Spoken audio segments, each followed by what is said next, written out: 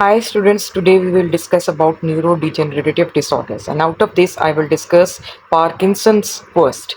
Parkinsonism is basically a condition in which there is loss of dopaminergic nerve terminals. Dopamine, they have got negative effect on the muscles. So when there is loss of this negative influence, there will be exaggerated movement. So it is a movement disorder, and it is characteristically triad of tremors, rigidity and bradykinesia. We can learn clinical features of Parkinsonism by a mnemonic called TRAMP.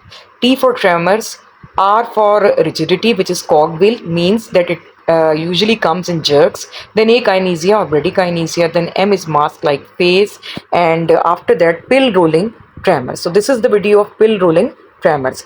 Gait is typical stooped forward bent posture with lack of arm swinging and short steps. So this is typical Parkinsonian gait.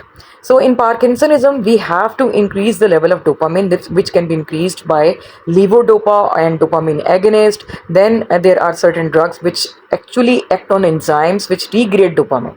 So when these enzymes are inhibited, there is a increased level of dopamine. These include catechol-methyl transferase inhibitor. Then we have got monoamine oxidase inhibitors and dopaminergic agonist and levodopa. I have already told you. So levodopa, it is used for motor symptoms of the patient, while anticholinergics, they are given for tremors and rigidity, and especially used in drug induced Parkinsonism, because there are certain drugs like antipsychotics which can lead to extrapyramidal features. Then there are certain syndromes which are Parkinson plus syndromes. Other than Parkinsonian features, they have got some additional features, like Lewy body dementia has got dementia and visual hallucination. Progressive supranuclear palsy has got vertical gaze palsy. Multisystem atrophy means that there are autonomic insufficiency along with Parkinsonian features, and these syndromes, they respond poorly to levodopa, unlike Parkinson's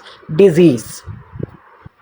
Then after that comes another neurodegenerative disorder, which is called Alzheimer's disease, and it is the most common cause of dementia abroad, and it has got different pathophysiology like neurofibrillary tangles, and then after that there is a deficiency of acetylcholine. So drugs which are usually given in Alzheimer's dementia, they include acetylcholinesterase inhibitor, which increase acetylcholine level. They include rivastigmine, donepezil, and galantamine, and glutamate inhibitors, which include memantine. It is second line therapy. Patients of Alzheimer's disease, they have preserved long term memory, while short term memory is lost. Then third neurodegenerative disorder is Creutzfeldt-Jakob disease. Here abnormal prion proteins are deposited in the brain that leads to brain atrophy. The typical hallmark features of Creutzfeldt-Jakob disease is myoclonus and dementia, and high signals in thalamus and biphasic sharp waves on EEG.